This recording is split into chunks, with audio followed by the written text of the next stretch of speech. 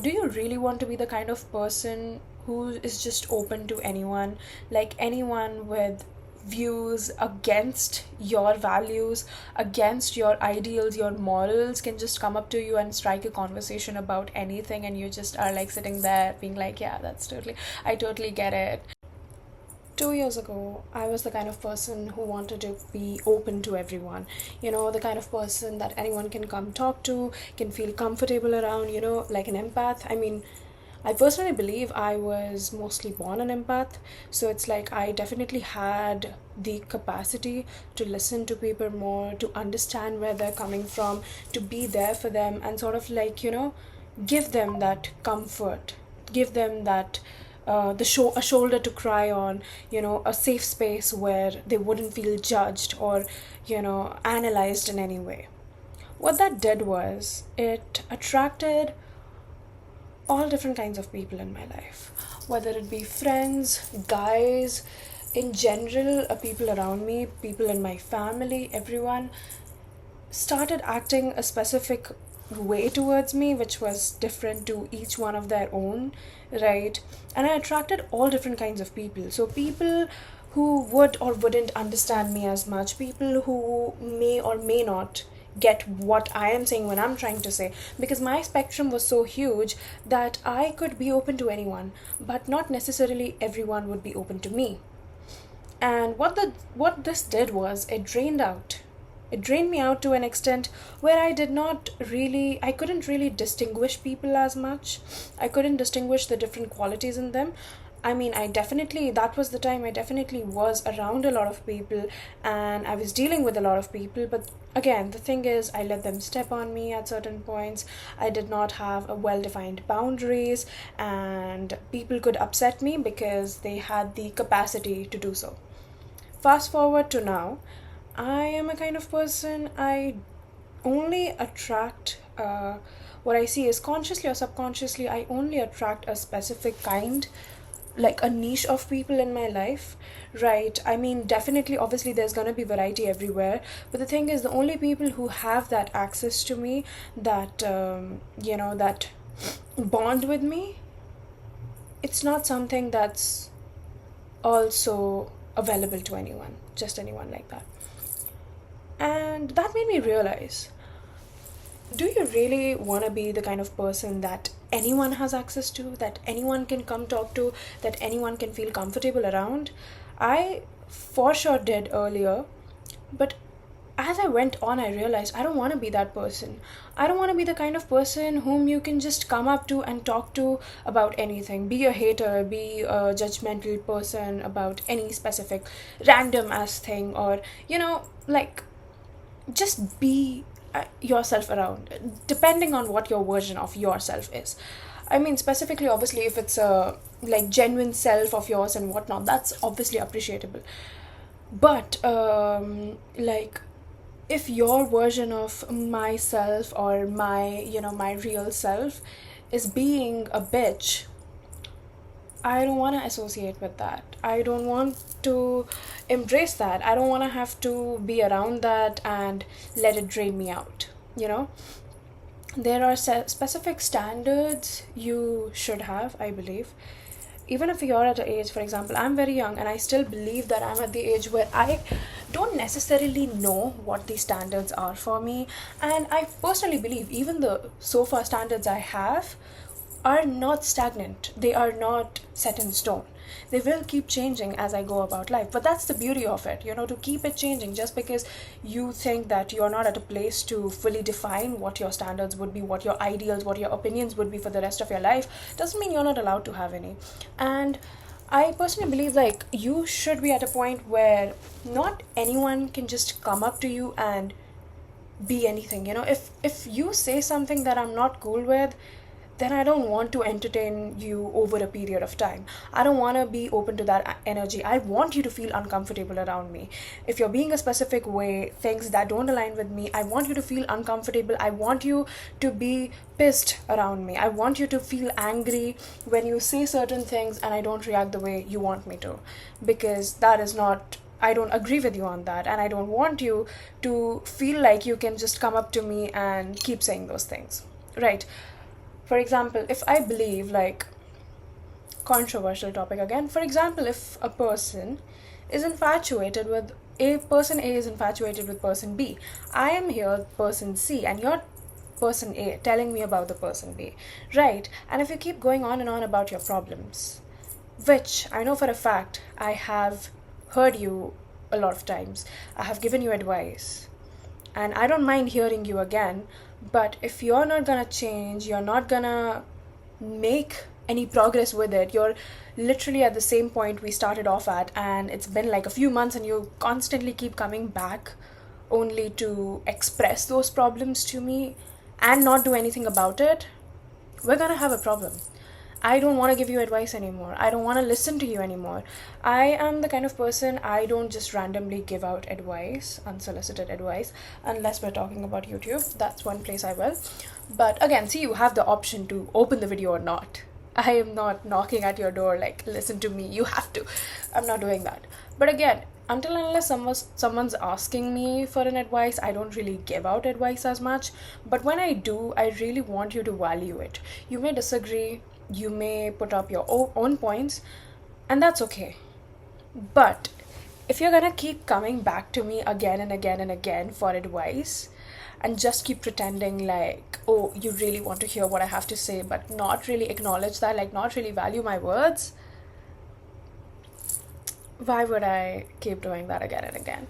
So, one thing, like, this is just an example, like, a lot of these things that I do value, and when I talk about values right now, I am not so rigid about external values, but when it comes to myself, my internal values, if I have certain values, if I have certain standards in regards to myself, I want a specific person B to respect that when you're in communication with me or when you're in association with me.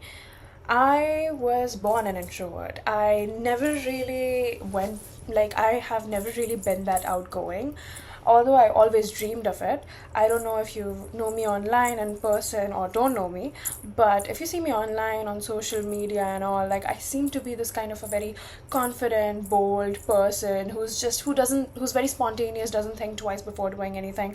For a lot of people, I might come out as immature even at certain points, or, like, just fun living, whatever. But if you know me in person, I am quite literally the opposite. I'm very almost antisocial, I would say. I don't like communicating as much. My social battery runs out this quickly, and although I want to do all the things extroverts do, but when I actually get to doing them, I want to go back home. What I'm trying to say here is that I never really embraced that part of me, and people who know me online and offline, they usually, like, all my childhood, most of my adolescence, and like early adulthood so far, people who don't know me on a personal level but have seen me both these spheres usually take me as a person who has a very big ego, does not really like talking to anyone, and will, like, just keep to themselves because they think they are all that. And for a lot that has never been the case, by the way. I was always the kind of person who had a very strong resting face, but the minute you would speak to me, I would try to be as polite as possible. And again, because I do have good communication skills, I don't have good socializing skills. So, like, my social battery would be so low that I'd just go, yeah, yeah. Although I would try my best to, like, communicate and make the other person feel appreciated if it's a new person I'm talking to here, right? But yeah, the thing is, I was almost given this identity with people I later went on to become friends with people who have known me at a surface level for a very long time and whatnot. I always heard this one thing about me that, oh, like, she just has she just has attitude, she just has a very big ego, she doesn't like talking to people. We try talking to her and she just, like, brushes us off and whatnot. And she never, like, really approaches anyone. She thinks that she's it and whatnot, which wasn't really ever the case. But after a specific point, I was like, what if it is? Like, why don't I embrace that? What if I start embracing that part of myself? And that actually led to me where I am right now. So I would say, although the social battery aspect of it is still quite there, although that is something I am actively working on, but I don't mind people seeing me as someone who has a big ego. For me, those are standards now. For me, I don't want to associate with everyone, and I don't want to spend my time, energy around just anyone for the sake of it.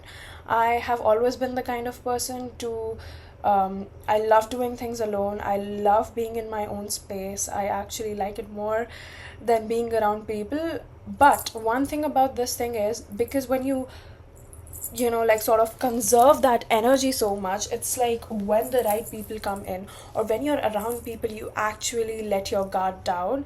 It's like you have such quality experiences. This is when I realized that quality over quantity is the realest thing ever. Because as long as I was trying to make as many friends possible, try to communicate with as many people as possible, be out there for everyone, I just wanted people to come in contact with me. I tried like working on my resting face, being a little more smiling all the time, all the time, so that people would feel comfortable approaching me. And there's nothing wrong with that. I think it's very beautiful when you can exude that energy, but that didn't come quite naturally to me, and I had to fake it for a very long time, and that drained me even more. Right. Yeah, definitely. And again, that just happened to be so. What happened from that was that I would try to spend time with other people, I would try to make friends with other people, to a point where it would exhaust me so much that the people who actually needed my time, the people, who would have like sort of recharged my battery for me, I did not have any space for them left. For my family, for my parents, my mom, my brother, my closest friends who I've known for a very long time. That is what started happening. And definitely, I did realize it, but I did not know what to do about it. So when I stopped trying so hard, when I stopped, trying to please everyone, trying to appease, the general eye, and I was like, yeah, who comes, comes, who goes, goes. I am not really out here. And naturally, also, it doesn't really come to me to initiate conversations, go ahead and start talking to people just for the sake of it. So I'm not going to pretend that it is. That's when I started noticing, first of all, the amount of people that would reach out to me decreased. And that did not quite feel good, because I was like, oh, am I that, like, am I not approachable? Am I not, like, And I would definitely say that it was very much easier for people around me who would just be like starting out the same time as me, who would be in a social setting where we are both new, or we are both trying to like interact with other people. It would be easier for them to connect to the other person, but I just couldn't. I felt a little either isolated. I don't know if isolated is the right term to use here, but definitely I felt like a little bit of a distance. Like I could not just go out and like have a conversation with just anyone, or do all those things. And it felt bad. I felt like, oh, am I not friendly enough? Do I not know how to make friends? What is up, right? And slowly but surely I started realizing that, yeah, people, eventually I do make friends, right? Eventually I do make friends. I mean, I am the kind of person, I realized I'm the kind of person to have like 3 or 4 5 friends max. But again, those friends would mean a lot to me. And I would never feel drained. I would never get tired of hanging out with those people. One problem or one issue that I majorly faced or was scared of facing growing up in my adolescence years was, okay, what if I just have like 3 friends and then I don't want to hang out with them anymore? Or what if I secretly just start, getting tired of them at one point, and I can't, like, I just can't do it anymore. So I need to start out with at least 10 friends. So at least by the end of the year I would have 5 left or something like that. Which is true in certain situations, like you definitely should keep your options open. But what I would say is, early on in connections, just opening up about everything or spilling your secrets just to keep a conversation going, not the best way to go about it. It's like, there's connections are beautiful, don't get me wrong. This is not to promote you to be antisocial or like close yourself up in a bubble and not communicate with the outer world, just go on, not like that. This is an introvert's view of it, but what I see is that definitely there's layers to getting to know a person, building up that intimacy, whether it's a romantic, sexual, or even platonic connection. Right. And I personally believe like every layer has to come off at a specific time. That's how you build a connection that lasts. That's how you have a good foundation to that connection, because you don't skip over things. Like you take your time to really get to know the other person. You take your time to really get comfortable around the other person, and it's not just like, oh, you're so pretty, and you're best friends. Like, I this might be controversial, but I personally don't believe like that's the most organic way of creating friendships, first of all, and maintaining them in the long run.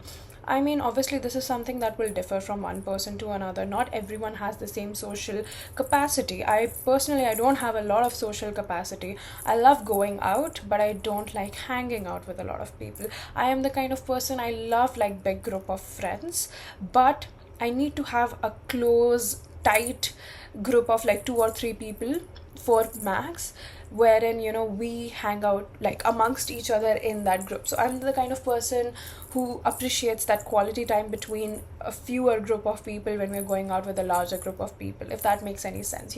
I love it. What I'm trying to say here is I love like those big groups. I love being in those situations where you really just have to be around like so many people, and you get to experience so many things at one point.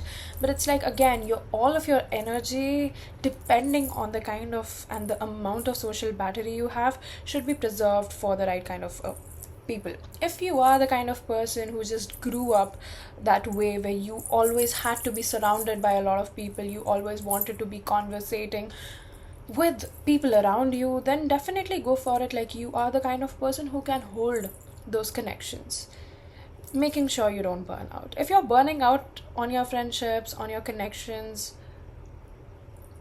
what's the point?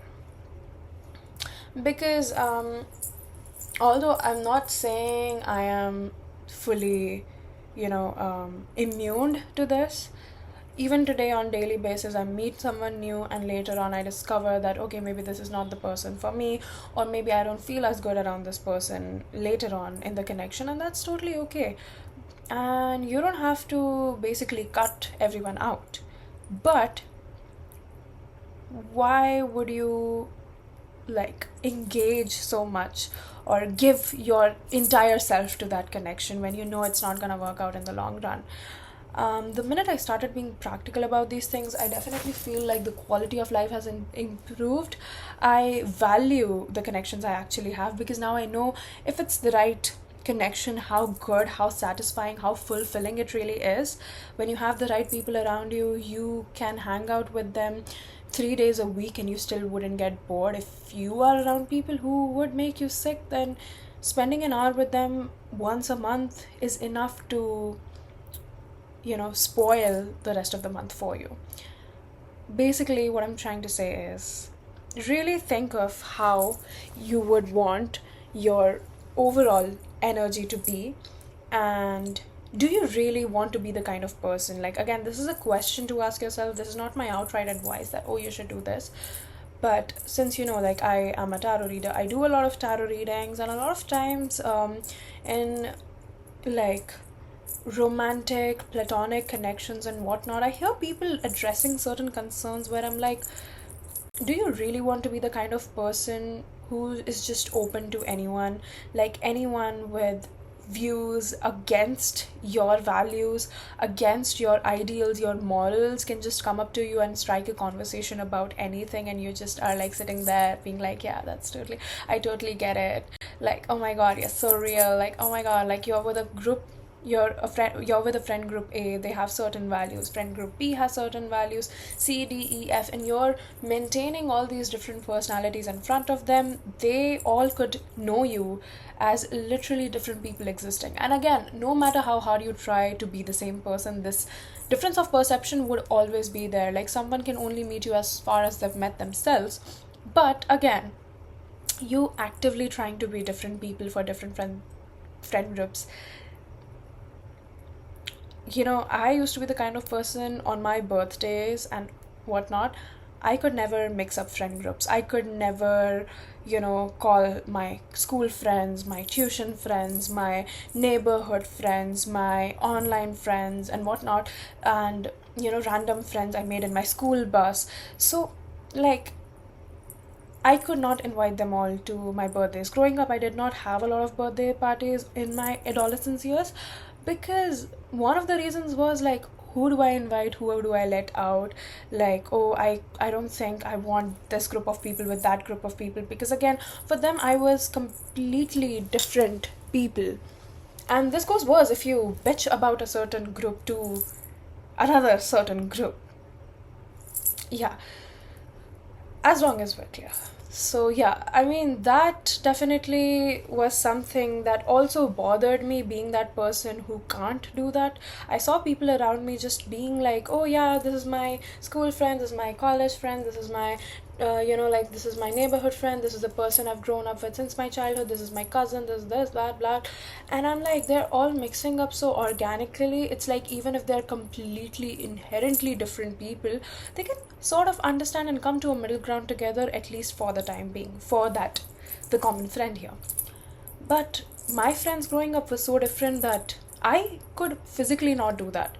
Like, I know for a fact if I had done that ever, like, the night would end by people taking each other's eyeballs off, scratching their heads, and whatnot. Like, it would be a bloodbath. That's how opposite of friends I made.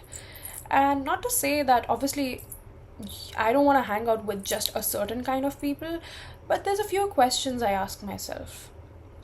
Are you making my life better in any way, shape, or form? Whether it's physically, my mindset, my goals. Do your goals align with mine? As in, are you looking for the same things in life as me? This does not have to go with, oh, I want to go to New York, so you also have to go to New York because I don't want to let go of you. Not like that. But, like, okay, so my goal in life is, like, for example, I want a personal identity.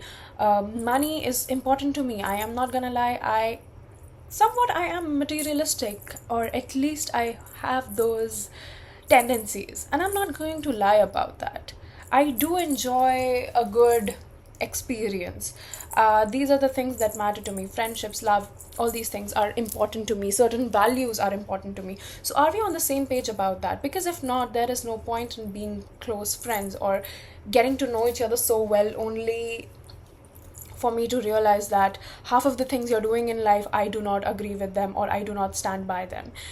We all know those friendships where, there's a person A and a person B, and both of them just like being on different frequencies, and it's like both of them being there for each other and each other's values, where they're completely different. They would never do something like that, but just because their friend is doing that, they would always sort of defend their friend, that, oh no, if she's doing that, that's probably for the best reason.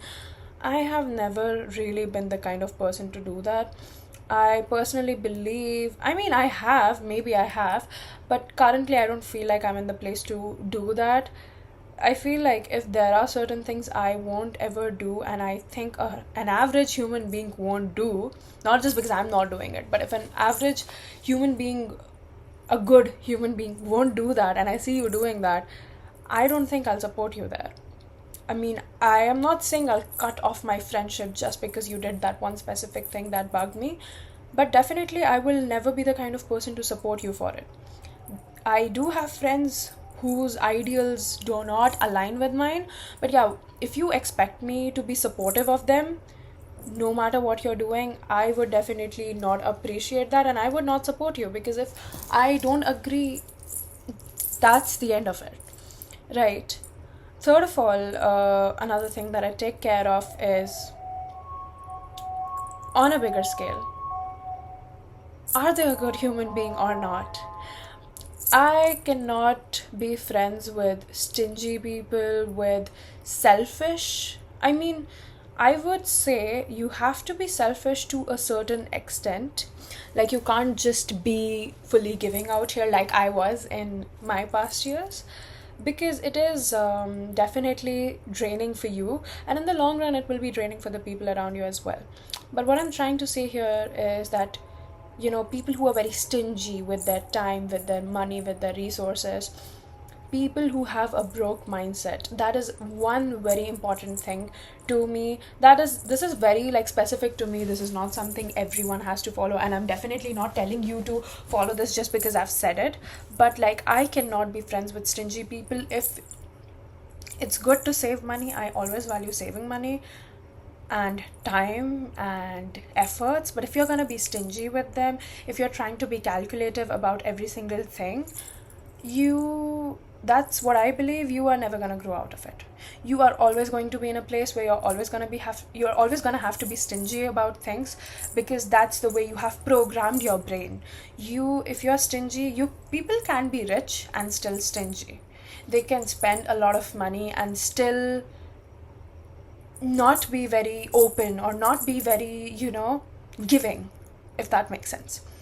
I i am not i don't want to be friends, or I don't want to be accustomed to people who are rich specifically. I want to be around people, I want to be associated with people who have a very abundant mindset, who believe that okay, certain experiences are above money, certain things are above money, are above time. So if we are spending this time together, that means something to them, that they value that. They value the money, but they value me enough to spend a certain amount of money with me. Again, being at this age, that is not something I can judge people by, specifically if you're not in a zone where your friends are financially independent. That is not something you can judge them by, because they are not in charge of their finances. But the same goes with time, efforts, and everything. I personally believe, see, if I care about you, I will give you my time, I will give you my resources, I will give you my efforts. But I would want the same in return too. It's not like a exact to and fro thing where it's like, okay, if I'm giving you this amount of time, I want exactly this, I want exactly that. It's not something that's in a calculative basis. Although my energy is precious, but there are certain times where the other person will feel low, where I will feel low, and I want people around me who can uplift me at that time. Not to a point where I'm emotionally dependent on them, or they are emotionally dependent on me, where it's like anytime they feel sad, they just have to rant out to me, and they'll be around me, and they'll be like, clingy to a point where my social battery, my energy drowns, or sort of drains out. But in a way, like, yeah, we can be there for each other, and we can set those stepping stones for each other, so that we don't have to be alone, because I value myself enough to pour into my cup first. But yeah, once my cup is overflowing, I want to give everything other than that I have to you. That's how much I value connections, that's how I view them, depending on the level we are at. But again, that is something I want in return also. I don't want someone to have a specific, like, like, okay, yeah, she did this for me, so I'm obligated to do this to her. If you're doing anything for me out of obligation, don't do it. I don't want it. So that's how I view things. So that's, that abundant mindset is one very specific thing that I specifically look out for people around me. I don't want to be around people who are stingy, who are broke mindset, who have a broke mindset, who have a very, scarcity mindset. Like, that is one thing I would genuinely say I am scared of. Like, being around those people is something I am genuinely scared of, because I don't want to inculcate even a percentage of that energy into my life. If I'm spending money and I don't know where I'll get it back from, but I know I'll get it back, and I'll get it back threefolds. That is the kind of energy I am in. If you're in the same energy, we definitely should be friends. Like, that is one sign I look out for in people. Right. But yeah. And all in all, I think this is a kind of a topic which is very vast. So I can keep going on and on about this for like, it's like almost 29 minutes right now while I'm recording. And I can go on and on about this for like 29 more days. But again, I have to stop this video at one point, and I don't want it to go above 30 minutes, because no one really watches after the first 3 minutes. But yeah, this is just something I wanted to talk about, and I wanted to express myself, not in a rant way where I'm like, okay, yeah, this is what's wrong with the world. Not like that, but like, I genuinely wanted to express this. And like, this has been something that has been going in my mind for quite some time, because I have been observing this and I have been seeing this, and definitely I would like to know your views about it too. So if you've made it so far, comment. If you've watched the video so far, you should be commenting a cold coffee or any coffee or tea emoji down below, so I know actually who are the ones who viewed the entire thing. I know who my real friends are. I'm watching. And thank you so much for watching. Actually, it really, really means a lot if you've made it to this point. Like, I've been speaking for 30 minutes and I did not even realize, but yeah, thank you so much for watching if you've made it so far, and I'd love to know about your views about this topic also. If you disagree with me, I would love to know why, and I always appreciate criticism. But yeah, that's it for now. I hope you enjoyed, and I will be making more such videos, whether I get the response or not, because I just feel like I want to be able to look back at these things. So when I grow old, I want to look at what 19-year-old Anargya had to say. So if you're here right now you know I'm 19. So yeah. Until I see you next time, bye bye and take care.